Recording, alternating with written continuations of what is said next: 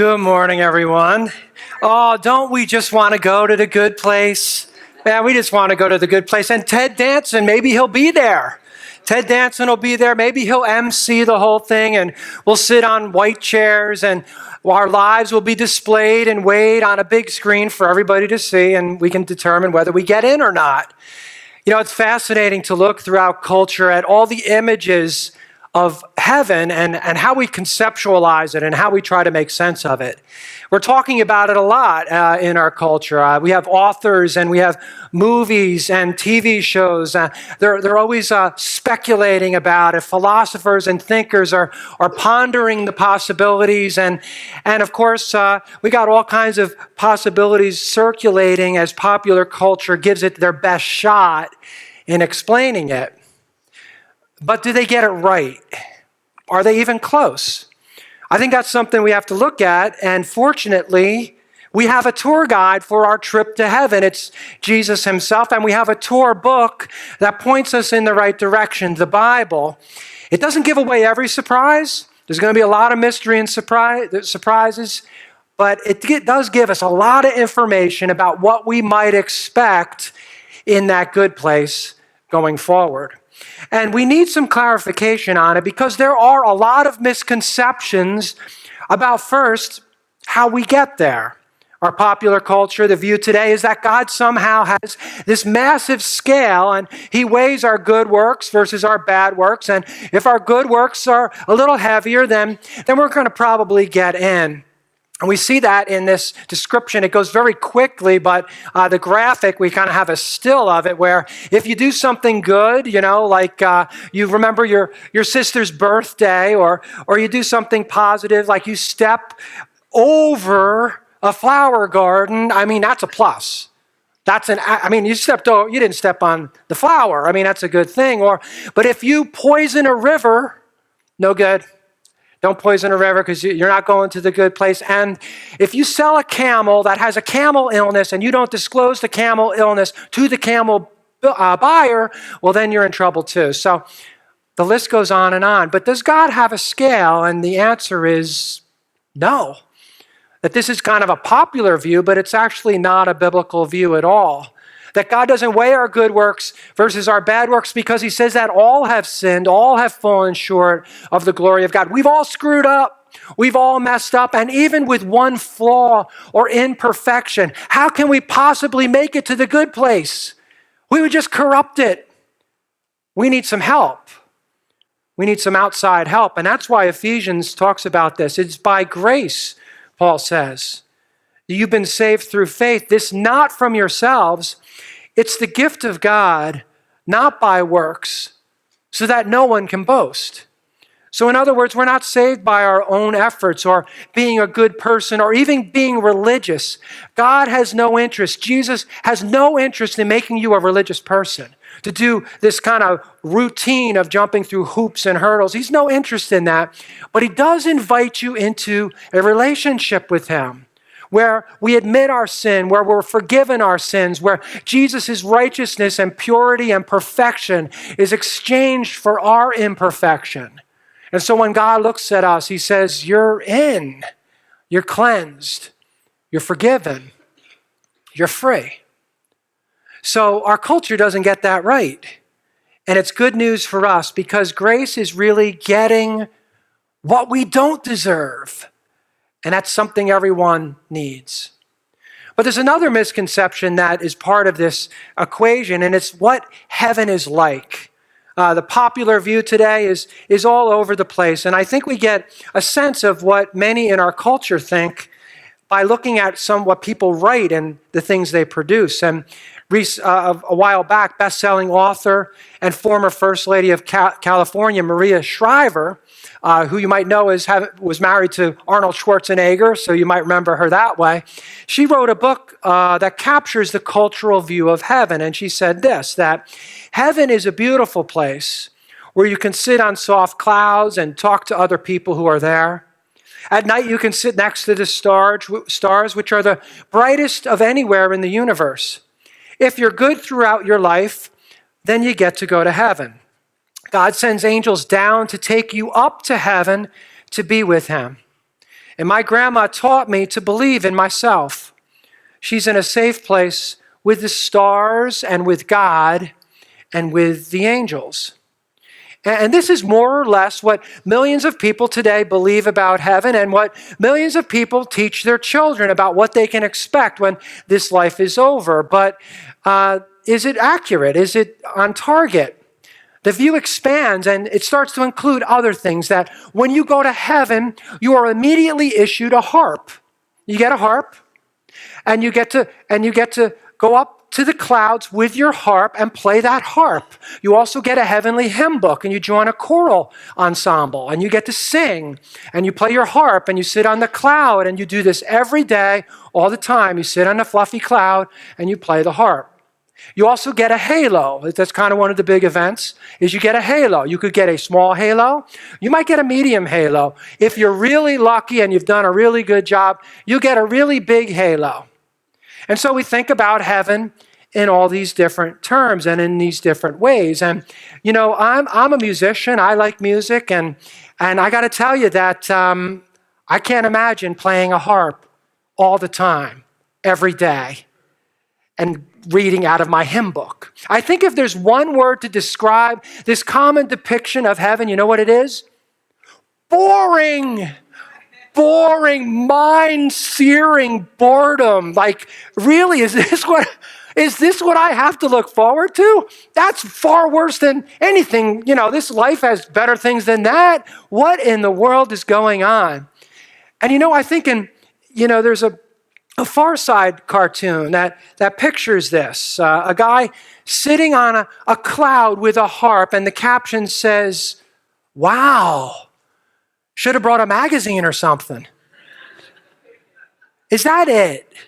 Is that all we can look forward to? You know, I think sometimes our enemy wants to create caricatures of heaven and hell to distract us from the reality. So hell, as we looked at a couple weeks ago, is that place where there's a devil in a red leotard, and he's got a pitchfork and he'll poke you in the butt once in a while. And we laugh about that and say, well, people can't seriously believe that. And heaven's the same way. We go up to the clouds and we play a harp all the time. That's forever, just playing this harp. And we're like, wow, that's not too exciting. Not much to look forward to there. But the Bible gives us an entirely different picture of what we can anticipate when this life is over.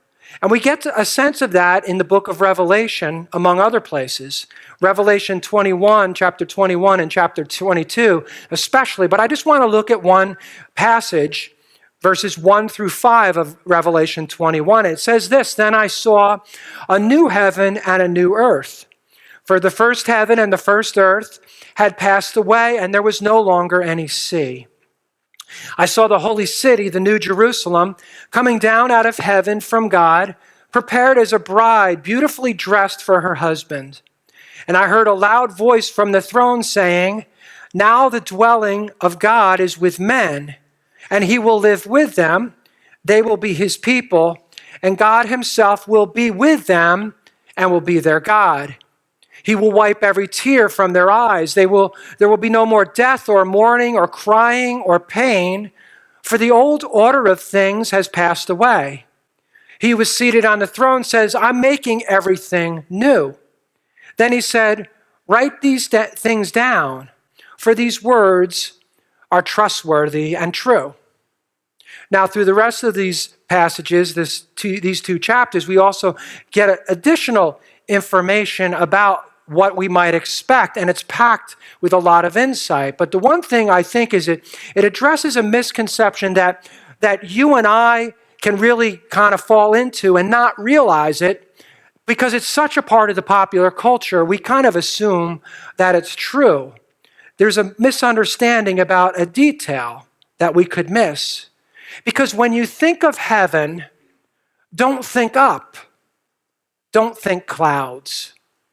When you think of heaven, don't think up. Don't think of clouds.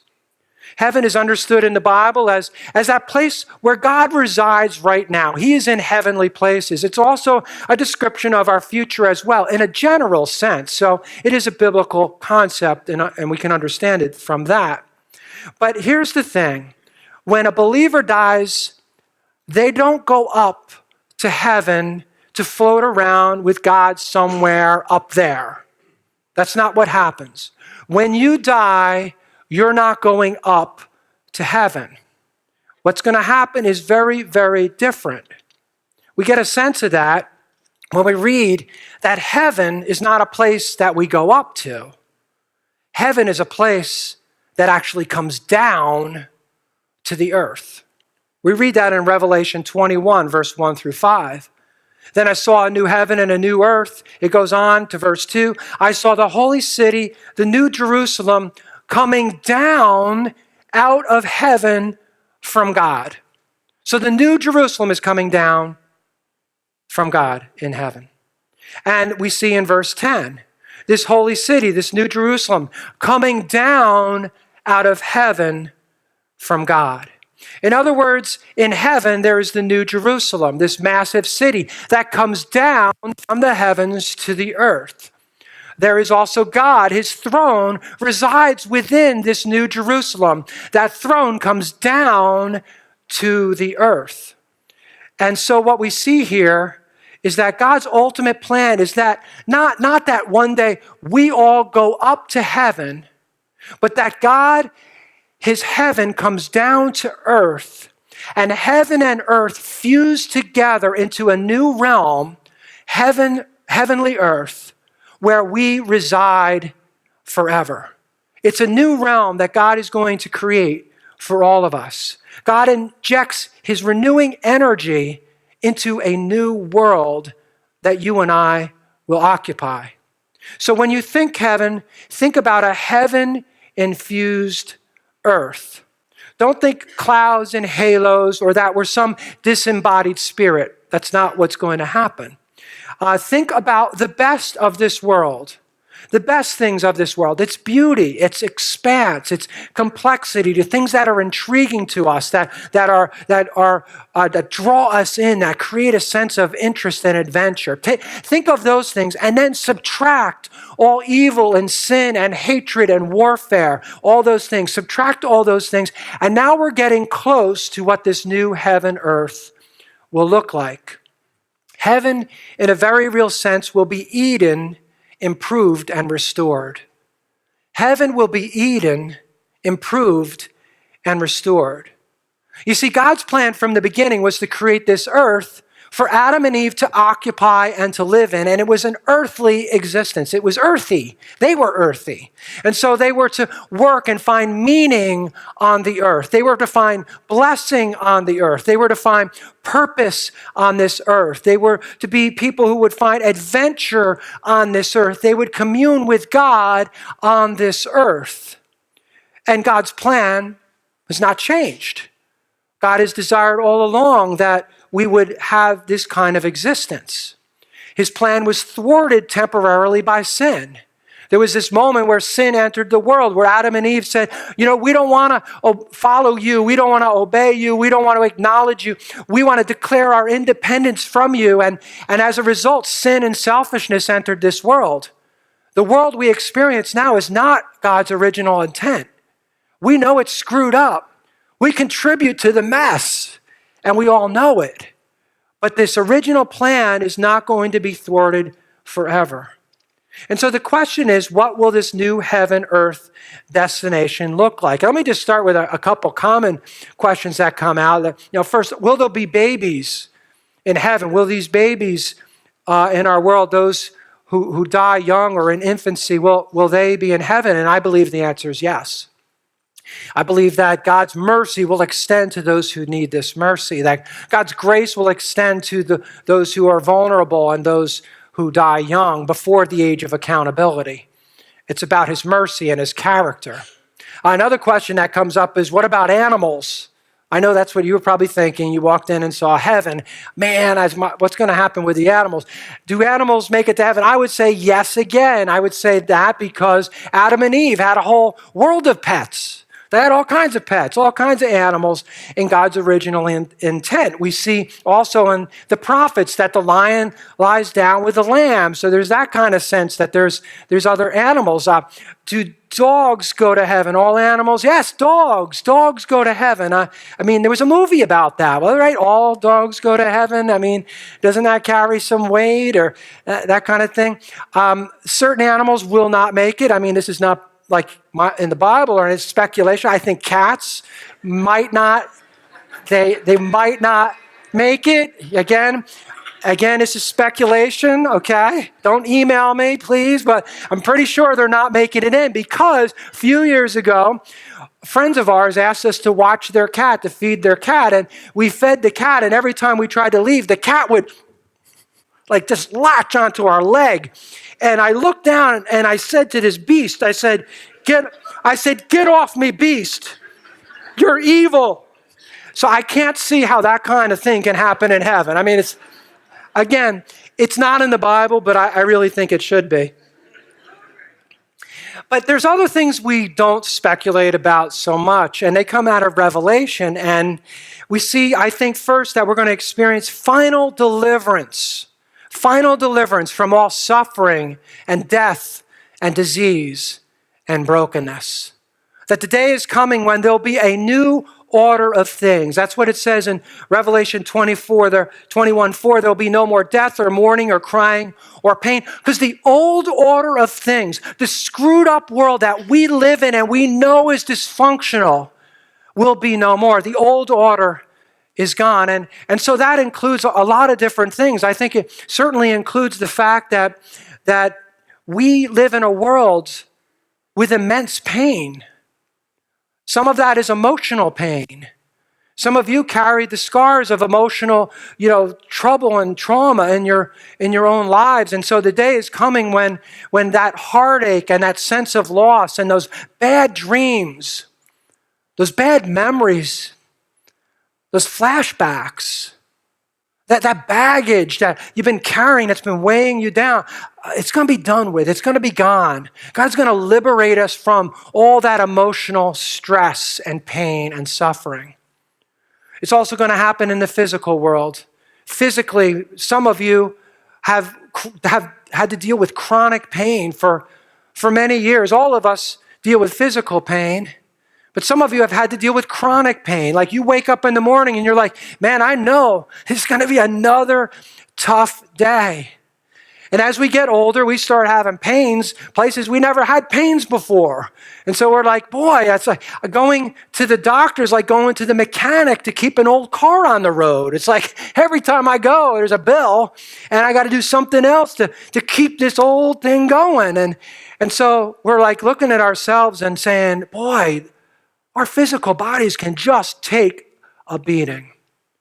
But the day is going to come when there's going to be no more glasses or hearing aids or dentures. There's going to be no wheelchairs or walkers or MRIs or chemotherapy or pills or pain pills or any medicine or needles or doctors. Those things will be done away with. They're part of the old order. And that day is going to come. It's going to liberate us. And we're going to be free. We'll also have new bodies. And this is great news too. Because some religions today teach that when you die, like in Buddhism or Hinduism, your future is absorption. That your future is that you're like a drop of water, very insignificant. You're going to be absorbed into the ocean. And that's your future, absorption, nothingness of nirvana. And God says, no.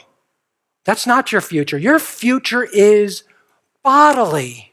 Your future is bodily. And we know this because Jesus himself is our tour guide. Jesus himself, his resurrection body, gives us clues as to what our resurrection body will one day be like. We know that Jesus, when he rose from the dead, he could eat. He was recognized. In other words, there was continuity between the body that he had as a mortal being, as he lived as a human being, and there was continuity between his human body and his eternal body. In other words, we could look at him and say, well, that's Jesus. There'll be continuity between who we are and what we will become as well. We'll be the same person. We'll look similar. We'll have similar qualities. We'll have, things where maybe our sense of humor and the quirks and the things that make you an awesome person. And you are an awesome person. There's so much good in you, and there's so much to enjoy about you. All of that goes forward. Nothing of significance in us on this planet gets lost. But all the sin and all the brokenness and the parts that mess us up, well, that doesn't go. So the best of us goes forward, and there's this continuity. And in fact, Jesus comes along and guarantees that those who know him and love him will follow in his footsteps. 1 Corinthians 15:20 says, but in fact, Christ has been raised from the dead. He's the first of a great harvest of all who have died. The only person right now who's been resurrected from the dead, it's Jesus. He's been resurrected. He walked on this planet. We saw him. We have some descriptions of him. But he's the first of many to come. Millions upon millions of others will be part of a harvest that will follow the same path to have a new and improved body. This is what awaits us. This is our destiny as believers, to have a new body. We'll also spend eternity learning, trying new things, and exploring the vastness of creation. Leadership consultants and motivational speakers will often ask you a question, and maybe you've been to these kind of events or heard these kind of things or read the literature, and they'll ask the question like, what would you do with your life if time and money were no obstacle? Have you ever asked yourself that question? Have you ever wrestled with that? What would you do with your life if time and money were absolutely no obstacle? And we ask this question because life has a way of swallowing up our dreams. Life has a way of kind of dousing our passions. And inevitably, we all find a routine. We all find a routine in life. And you know why? Because we got bills to pay. We got bills to pay. I got a family to take care of. My kids, they need braces. So, and we got a routine. And that's part of our dream too. That's part of our dream. But we have other dreams as well that sometimes have to be set aside or temporarily halted, or maybe they just fall away altogether. And that's where we come up with what we call our bucket lists. Like, man, the day's going to come when I don't have to pay for braces. I will be so happy. And it's like I'm free. I can go do something. The kids aren't in the house. And so what do I want to do? I want to sail around the world. I want to visit every baseball stadium. I want to buy a camper, just a small camper. And I want to go to all 50 states. And I want to see all the stuff you can't see when you fly in a plane. I want to see it firsthand. Or I want to go and explore my heritage. I want to go to Europe or Africa or Asia and just learn about my heritage. And we dream these dreams. You know why? Because God has wired us for adventure. He's wired us this way. He's put that in us. It's not an accident at all. We have a desire to learn and grow and explore. We have a desire to have new experiences. When we don't have something new happening in our lives, we begin to stagnate. And it's like, just kind of bored with my life, and we stagnate and we resist that. We don't want that in our lives. And yet, as we think about these dreams, I think it's what makes eternity very, very interesting. Because in this new place, this new heaven-earth destination, that's going to be the place where the longings we have to learn and grow and explore are finally and fully realized. It's going to be in that place where we're going to be able to pursue those passions and desires and that seeking after adventure every moment. I think God made us creative and curious and driven. But you know, the world limits us, but eternity will not. So it's going to be a place where I think we're going to always be growing. We're going to be learning all the time. We will be perfect in character, but we will not be perfect in knowledge. We'll be perfect in the sense that we're saved and righteous, but we're going to be exploring and learning and growing. We won't have to worry about money, so we'll have the ability to learn new skills, try new things, and do the things we weren't able to on this planet. The early church father Irenaeus talks about this when he says, God will always have something more to teach men, and man will always have something more to learn from God. The theologian Callistus Ware envisions eternity as unending progress, never ceasing advance. This is a far, far cry from sitting on a fluffy cloud playing a harp forever and ever. I think the other thing we learn is that we'll have great responsibility and meaningful work in that new heaven-earth realm. We'll have great responsibility and meaningful work. That we'll have the opportunity then to pursue our passions as God has wired us. We'll still all be different. We'll all be good at some things and not so good at other things. And we'll be able to pursue our gift mix and passions in a way that serves other people. We'll serve God and we'll serve others. Revelation talks about how that day is coming. Revelation 22:3, when no longer will there be any curse. The throne of God and of the Lamb will be in the city, and his servants will serve him. We're going to be active serving him. We'll be active serving each other in his name. And I think this is where things get really interesting as we try to get a handle on this service. Like, what does it mean? In Revelation 7:9, it speaks of multitudes of people in heaven. Heaven is not going to be sparsely populated. It's going to be packed with people. The scripture says there are going to be multitudes of people from every nation and every race and every language and every people. There's going to be a lot of different people. We also read that there's going to be this massive city, this new Jerusalem, that descends from the heavens to the earth. Massive city. There's also going to be nations in this new heaven and earth, multiple nations all over the place. And the question arises, who's going to take care of all that? Who's going to provide leadership in all those different places? What's going to happen in that moment? Who's going to run everything?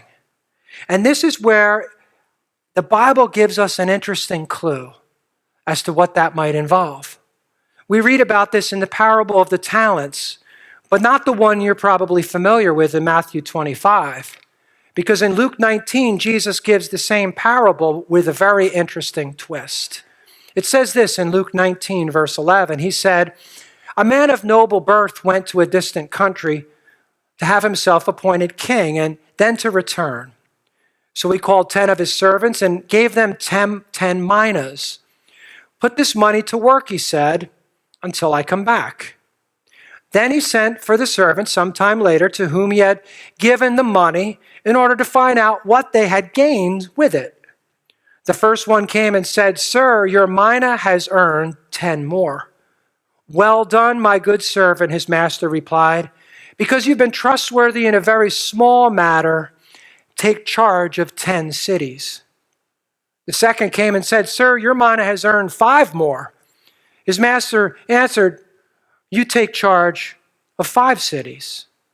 Then another servant came and said, 'Sir, here is your mina. I've kept it laid away in a piece of cloth.' 'Well, why then didn't you put it in my money on deposit so when I came back I could have collected it with interest?' And then he said to those standing by, 'Take his mina away from him and give it to the one who has 10 minas.' 'Sir,' they said, 'he already has 10. He replied, 'I tell you that everyone who has, more will be given. But as for the one who has nothing, even what he has will be taken away.'" Jesus in Matthew 25 gives this exact same parable, and he distributes talents. And after he comes back and asks, "How have you done with what I've given you?" Jesus says something different. He says, well done, good and faithful servant. You've been faithful in a few things. I will put you in charge of many things. It's here in Luke that we might have a little more specificity as to what that responsibility might entail. Because in Matthew, it's general, but Jesus is talking about cities here. It looks like Jesus is linking our faithfulness to him on this planet in terms of our time, our treasure, our talents, and our passion. It seems that he's linking our faithfulness in this life with the amount of responsibility and the level of opportunity that we have in the next. It seems that those who are faithful in this life to serve God with all our heart and all our soul and all our mind and all our strength are identified. That in fact God sees that. And he gives us greater influence based on how faithful we've been on this planet.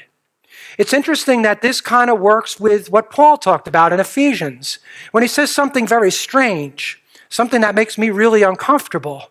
But he says that those who accept Jesus into their lives not only are saved, but he lifts them up and seats them in heavenly places to rule with Christ. To rule with Christ? Really? Me?